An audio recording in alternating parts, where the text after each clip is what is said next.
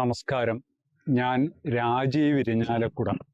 ത്രിവേണി ചാനലിന് വേണ്ടി അയ്യാ വൈകുണ്ഠനാഥ സ്വാമികളെ പരിചയപ്പെടുത്തുകയാണ്. കേരള നവോത്ഥാന ചരിത്രം പഠിച്ചാൽ നമ്മുടെ നവോത്ഥാന ചരിത്രത്തിലെ പ്രാതസ്മരണീയനാണ് അയ്യാ വൈകുണ്ഠ സ്വാമികൾ. അദ്ദേഹം അധസ്ഥിത ജനവിഭാഗങ്ങളുടെ ആത്മാഭിമാനം വീണ്ടെടുക്കാൻ തൻ്റെ ആയുസ്സും വപുസ്സും സമർപ്പിച്ച ഒരു മഹാത്മാവാണ്.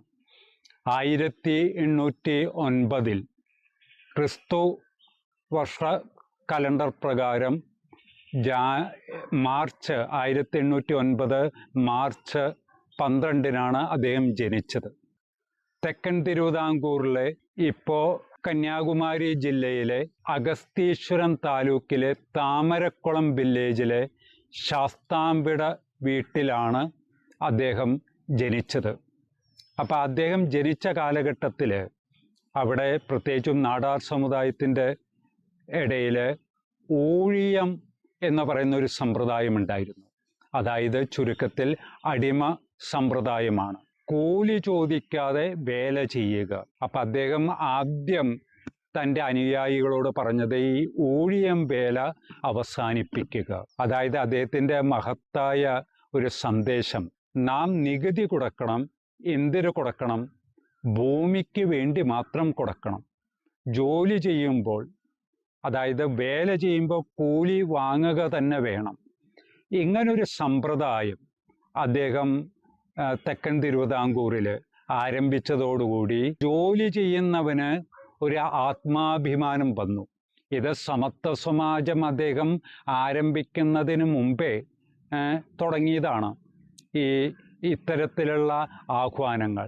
പിന്നീട് അദ്ദേഹം സമത്വ സമാജം 1836 ആരംഭിച്ചതോടുകൂടി ഇതൊക്കെ എന്തിനു വേണ്ടിയാണെന്ന് ആൾക്കാർ ഒരു അന്വേഷണം നടത്തിയപ്പോൾ അന്നും ഇന്നും എന്നും നടത്തുമ്പോൾ അയ്യാ വൈകുണ്ഠനാഥർ ചെയ്ത കാര്യങ്ങളൊക്കെ എന്തിനാണെന്ന് വെച്ചാൽ സമൂഹത്തിൽ ഒരു സമത്വത്തിൻ്റെ സന്ദേശം നൽകുക. അപ്പം അദ്ദേഹം ഒരു മഹത്തായ ഒരു ദിശാബോധം ജനതയ്ക്ക് കൊടുത്തു. എന്താണ് ആ ദിശാബോധം? അയ്യാ വൈകുണ്ഠനാഥരുടെ സമാധി 175-ാം വാർഷികം അടുത്ത് തന്നെ ആഘോഷിക്കാൻ ഇരിക്കുകയാണ്. കാരണം അദ്ദേഹം സമാധിയായിട്ട് 175 വർഷം തികയാൻ പോകുന്ന സന്ദർഭത്തിൽ അദ്ദേഹം സമൂഹത്തിന് നൽകിയ സന്ദേശം എന്താണെന്ന് വെച്ചാൽ ജാതി മത വർഗത്തിനുപരിയായി മനുഷ്യരെല്ലാവരും സമന്മാരാണ്. 1836 ആരംഭിച്ച സമത്വ സമാജത്തിലൂടെ അദ്ദേഹം സമൂഹത്തിന് നൽകിയ സന്ദേശമാണ്. ഇതിനു മുമ്പ് എത്രയോ കാലം മുമ്പ് കാൾ മാർക്സ് ജനിക്കുന്നതിന് മുമ്പേ ഇവിടെ അയ്യാ വഴി എന്ന് പറയുന്ന ഒരു മാർഗം, വഴി എന്ന് പറഞ്ഞാൽ മാർഗം, വഴിപാടെന്ന് പറഞ്ഞാൽ വഴി വെട്ടിയവരുടെ പാടെന്നുള്ള കൂടിയും അർത്ഥമുണ്ട്. ഈ മഹാനായ അയ്യാ വൈകുണ്ഠനാഥ സ്വാമികൾ വെട്ടിയ വഴി, അതിനെയാണ് അയ്യാ വഴി എന്ന് പറയുന്നത്. അപ്പം ആ അയ്യാ വഴിയിലൂടെ നമ്മൾ സഞ്ചരിച്ചാൽ അദ്ദേഹത്തിൻ്റെ ചില കൃതികൾ, അതും അദ്ദേഹത്തിന് ഗുരുതുല്യനായിട്ടുള്ള ഒരാൾ കേട്ടറിവിൽ കൂടെയാണ് അദ്ദേഹത്തിൽ നിന്ന് പറഞ്ഞതിൽ നിന്നാണ് എഴുതിയെടുത്തിരിക്കുന്നത്. അദ്ദേഹം അഖിലത്തെട്ട് എന്ന് പറയുന്ന ഒരു തിരുവായ് മൊഴി, അരുൾമൊഴികൾ എന്നാണ് അയ്യാ വൈകുണ്ഠനാഥരുടെ സന്ദേശം. അദ്ദേഹം പറഞ്ഞത് കേട്ടെഴുതി പിന്നീട് അത് തലമുറകളായി നമ്മുടെ കയ്യിലിട്ടിരിക്കുന്നു. അതിൽ കൂടെ കിട്ടിയ സന്ദേശത്തിനാണ് അയ്യാ വഴികൾ എന്ന് പറയുന്നത്. അയ്യാ വഴികളിലൂടെ അയ്യാ വൈകുണ്ഠനാഥ സ്വാമികളുടെ ജീവിതവും സന്ദേശത്തിലൂടെയും നമുക്ക് പ്രവേശിക്കാൻ സാധിക്കും.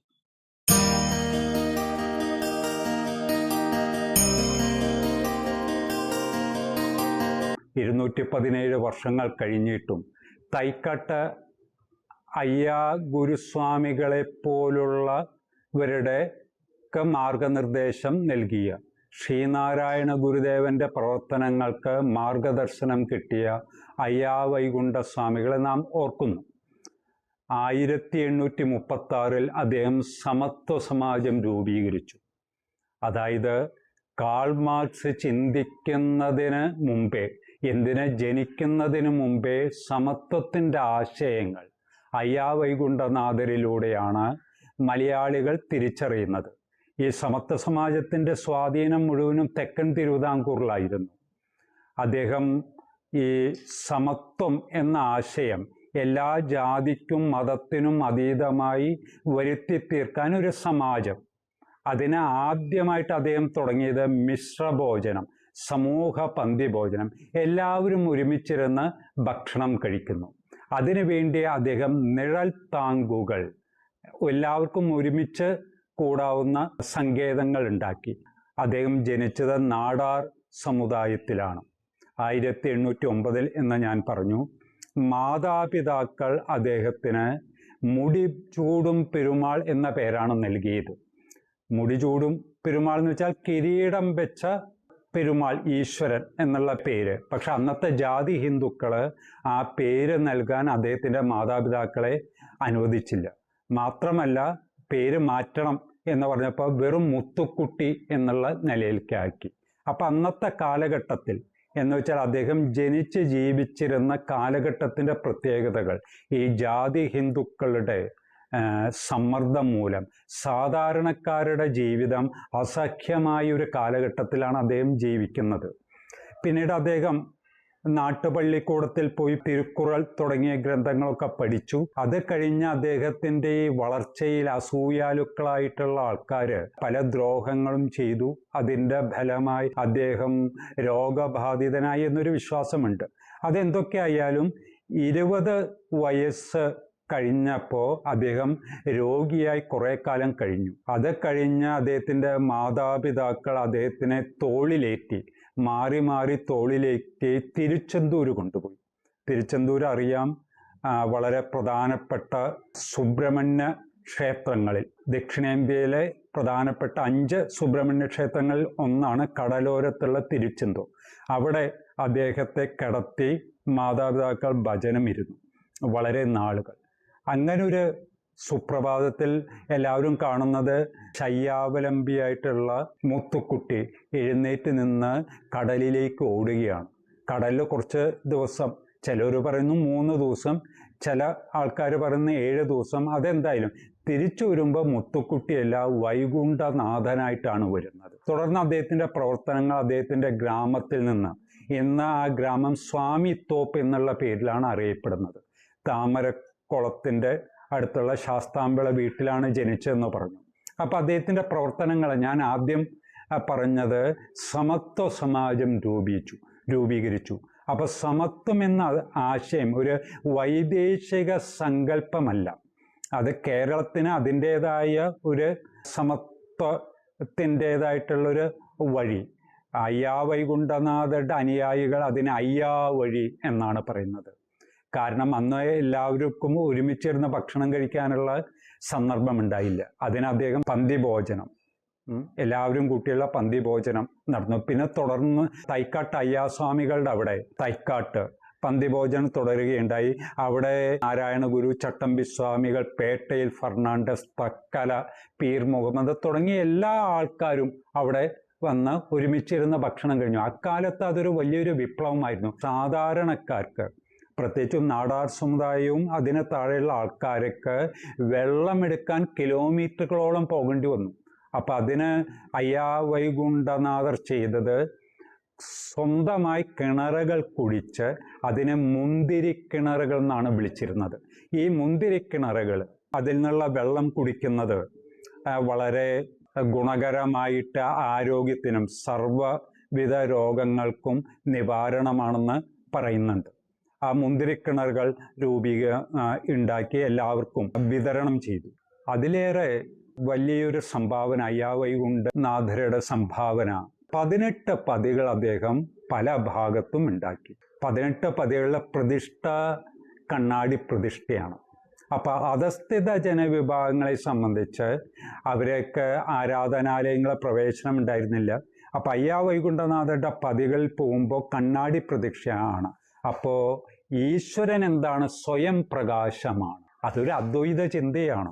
അങ്ങനെയുള്ള 18 പതികൾ, അവിടെയൊക്കെ വൈഷ്ണവമായ ദാർശനികമായിട്ട് പറഞ്ഞാൽ വിശിഷ്ടാദ്വൈതത്തിൻ്റെ ദ്വൈതം, വിശിഷ്ടാദ്വൈതം, അദ്വൈതം, വിശിഷ്ടാദ്വൈതത്തിലേക്ക് സാധാരണക്കാരെ ഉയർത്തുന്ന ഒരു പരിപാടി. പിന്നെ ഏറ്റവും ആ പതികളിലേക്ക് പ്രവേശിക്കുമ്പോൾ വളരെ ഒരു പ്രത്യേകത, എല്ലാവരും വെച്ചാൽ പുരുഷന്മാർ തലയിലൊരു കെട്ട് കെട്ടും. നാടാർ സമുദായക്കാരെ സംബന്ധിച്ച് ഈ തലയിൽ കെട്ട് അവരുടെ ഒരു ആത്മാഭിമാനത്തിൻ്റെ വലിയൊരു ലക്ഷണമായിട്ട് ഭവിച്ചു. ചാന്നാർ ലഹള നടത്തിയത് പനങ്കയിരി അയ്യാവൈകുണ്ഠനാഥരാണെന്ന് ബ്രിട്ടനിലേക്കൊക്കെ റിപ്പോർട്ട് പോയി കഴിഞ്ഞു. നാടാർമാരെ കളിയാക്കി വിളിക്കുന്നതാണ് ചാന്നാന്മാർ, അതിലേറെ മോശമാക്കി വിളിക്കുന്നതാണ് പനങ്കയിരി. ഈ ചാന്നാർ ലഹളയുടെ ഒരു പ്രധാനപ്പെട്ട ആവശ്യം ചാന്നാർ സ്ത്രീകൾക്ക് മാറുമറയ്ക്കണം എന്നുള്ളതാണ്. അപ്പോൾ ഇവിടെ പലരും പറയുന്നുണ്ട് ചാന്നാർ ലഹളയ്ക്ക് ശേഷമാണ് സ്ത്രീകൾ മാറുമറയ്ക്കാൻ തുടങ്ങിയത്. അങ്ങനെയല്ല. മാറുമറയ്ക്കണമെങ്കിൽ സ്ത്രീകൾക്ക് ക്രിസ്തു മതത്തിലേക്ക് ചേർന്നാൽ മതിയായിരുന്നു. ഇതായിരുന്നു തെക്കൻ തിരുവിതാംകൂറിലെ ചാന്നാർ തുടങ്ങിയ താഴെയുള്ള സ്ത്രീകൾക്ക് അവിടെ മാറുമറയ്ക്കണമെങ്കിൽ വളരെ എളുപ്പമായ മാർഗം എന്താ? ക്രിസ്തു മതത്തിലേക്ക് ചേരുക. ക്രിസ്തു മതത്തിൽ ചേർന്ന സ്ത്രീകൾക്ക് ഇതെല്ലാം ചെയ്യാം. അപ്പോൾ സ്വാഭാവികമായിട്ടും മതപരിവർത്തനങ്ങൾ ഇവിടെ ധാരാളം നടന്നിരുന്നു. എന്തുകൊണ്ട് ഹിന്ദു സമൂഹത്തിൽ നിന്നും ഒരുപാട് പേര് മതപരിവർത്തന വിധേയരായി എന്നുള്ളതിന് വ്യക്തവും സ്പഷ്ടവുമായ തെളിവാണിത്. അപ്പം ഇത് കണ്ട് അയ്യാവൈകുണ്ഠനാഥർ കൊട്ടാരം, അതായത് നമ്മൾ നാഗർകോവിൽ നിന്നും കന്യാകുമാരിക്ക് പോകുന്ന വഴിയാണ് കൊട്ടാരം എന്ന് പറയുന്ന സ്ഥലം. അവിടെ വെച്ചിട്ട് കുറച്ച് നാടാർ സമുദായക്കാരെ സ്ത്രീകളെ മാറുമറച്ചുകൊണ്ട് അവതരിപ്പിച്ചു. അത് വലിയ ലഹളയായി. ലഹള നടത്തിയത് ആരാണ്? ഒരിക്കലും ക്രൈസ്തവ പക്ഷത്തുള്ളവരല്ല ലഹള നടത്തിയിരിക്കുന്നത്. ഇത് നാടാർ സ്ത്രീകൾക്ക് മാറുമറയ്ക്കാൻ എന്ത് അധികാരം, എന്ത് അവകാശം? അങ്ങനൊരു കാലഘട്ടത്തിലാണ് അയ്യാവൈകുണ്ഠനാഥർ ജനിച്ചതും ജീവിച്ചതും ഇത്തരം വിപ്ലവകരമായ കാര്യങ്ങൾ ചെയ്തതും. മാറുമറയ്ക്കൽ സമരം, തലയിൽ കെട്ടി, പുരുഷന്മാർക്ക് തലയിൽ കെട്ടി നടക്കാനുള്ള സംവിധാനം, ഇതെല്ലാം കഴിഞ്ഞപ്പോൾ അദ്ദേഹം വലിയൊരു വിപ്ലവകാരിയാണെന്ന് പറഞ്ഞ് അദ്ദേഹത്തിന് ക്രൈസ്തവ മിഷണറിമാർ, അപ്പോഴേക്കും അവിടെ LMS തുടങ്ങിയുള്ള സംഘടനകളൊക്കെ 1780-കളിലൊക്കെ വന്നു. വളരെ രസകരമായ പല കാര്യങ്ങളും ഉണ്ട്. അന്നത്തെ തിരുവിതാംകൂർ മഹാരാജാവിന് കാറ് കിട്ടി. കാറ് ഇറക്കുന്ന വഴി അത് അപകടത്തിൽപ്പെട്ടു എന്നാണ് പറയുന്നത്. കൊട്ടാരം ജ്യോത്സ്യന്മാരിൽ ആരോ ഒരാൾ പറഞ്ഞു, ഈ കാറ് പറ്റിയ ഒരാൾക്ക് ദാനം ചെയ്യണം, ഈ കാറിൽ ഇനി രാജാവ് സഞ്ചരിക്കാൻ പാടില്ല എന്ന് പറഞ്ഞു. അപ്പം ഇങ്ങനെ അന്വേഷിച്ച് വന്നപ്പോൾ LMS, അതായത് ലാറ്റിൻ മിഷണറി സൊസൈറ്റി, അങ്ങനെ എന്തോ ആണ് അതിൻ്റെത്, അതിലെ ക്രൈസ്തവ പ്രചാരകരായിട്ടുള്ള ഒരാൾക്ക് കൊടുത്താൽ മതി എന്ന് പറഞ്ഞു.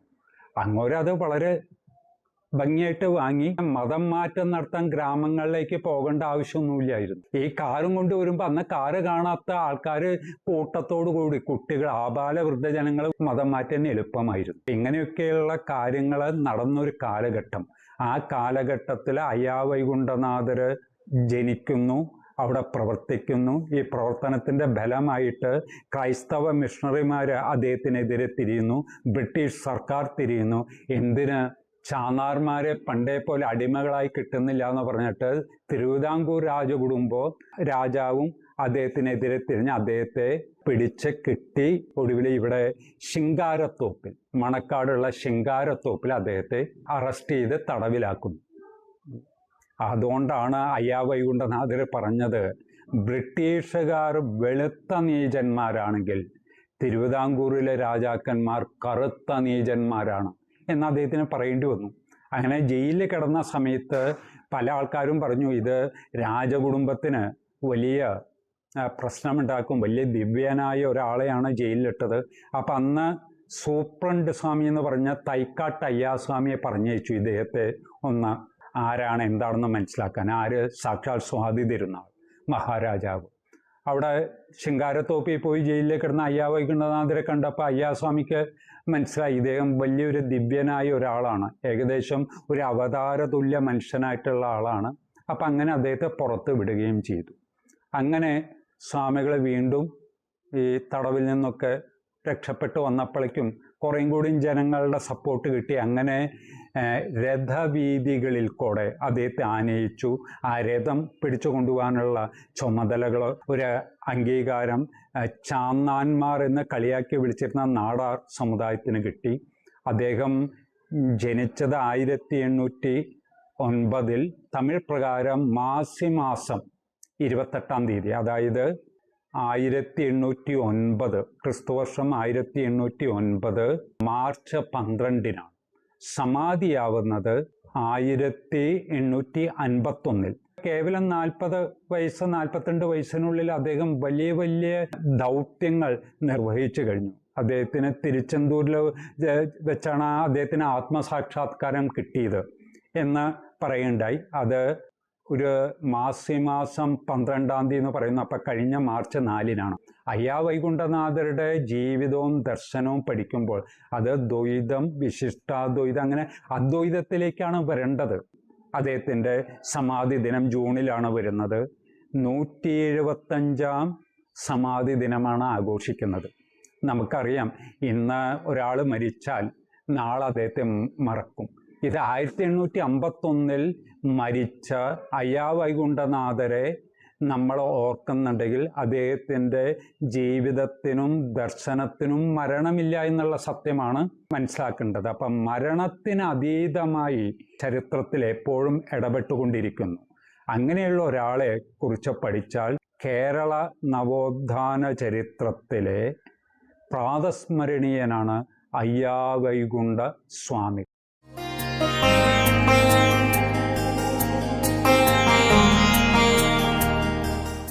ഒരു ഉത്തമ ഗുരുവിനെ തേടിച്ചെല്ലുന്ന ഒരാളെ പരീക്ഷിച്ച് ബോധ്യപ്പെട്ടാൽ അദ്ദേഹത്തെ ശിഷ്യനായി സ്വീകരിക്കുന്ന ഗുരു തത്വമസി എന്ന മഹാവാക്യം ഉപദേശിക്കുന്നു. ആ ഉപദേശം സാക്ഷാത്കരിക്കുന്ന ശിഷ്യൻ അഹം ബ്രഹ്മാസ്മി എന്ന് അനുഭവിച്ചറിയുന്നു. ഇത് അനുകൂല സാഹചര്യത്തിൽ ജനിച്ചു വളർന്നവരുടെ കാര്യം. വിദ്യാഭ്യാസമില്ലാതെ അന്ധവിശ്വാസവും അടിമത്തവും കൊണ്ട് ചിന്താശേഷി പോലും നഷ്ടപ്പെട്ടവർക്ക് മേൽപ്പറഞ്ഞ മഹാവാക്യം ഉപദേശിച്ചാൽ അവർക്കത് എന്താണെന്ന് മനസ്സിലാക്കുവാൻ പോലും സാധിക്കില്ല.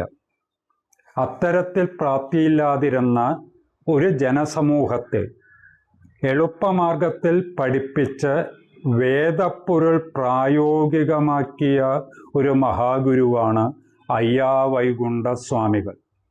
പഴയ തിരുവിതാംകൂറിൽ, അതായത് തെക്കൻ തിരുവിതാംകൂറിൽ പിറവി കൊണ്ട ആദ്യത്തെ ലക്ഷണമൊത്ത ദേശീയ നവോത്ഥാന പ്രസ്ഥാനമായിരുന്നു അയ്യാവഴി. ബ്രഹ്മസമാജം, ആര്യസമാജം, പ്രാർത്ഥനാ സമാജം, ബ്രഹ്മവിദ്യാസംഘം, രാമകൃഷ്ണ പ്രസ്ഥാനം എന്നിവയ്ക്കെല്ലാം മുമ്പ് തന്നെ അയ്യാ വൈകുണ്ഠ സ്വാമികളുടെ പ്രചോദനത്തിൽ നിന്നും അയ്യാവഴി രൂപം കൊണ്ടു. ജാതിഭേദം, അയിത്തം, മതസമ്പ്രദായം, പ്രവാചകമതം, വിഗ്രഹാരാധന തുടങ്ങിയ വേദവിരുദ്ധ അതിനെല്ലാം എതിരായി അദ്ദേഹം നിരന്തരം പോരാടിയിരുന്നു. ഉത്തരേന്ത്യയിൽ ആരംഭിച്ച ആര്യസമാജത്തിൻ്റെ വിപ്ലവകരങ്ങളായ മൗലിക തത്വങ്ങളുടെ ആവിഷ്കാരം അയ്യാവഴിയുടെ സമത്വ സമാജത്തിൽ നമുക്ക് കാണാൻ കഴിയും.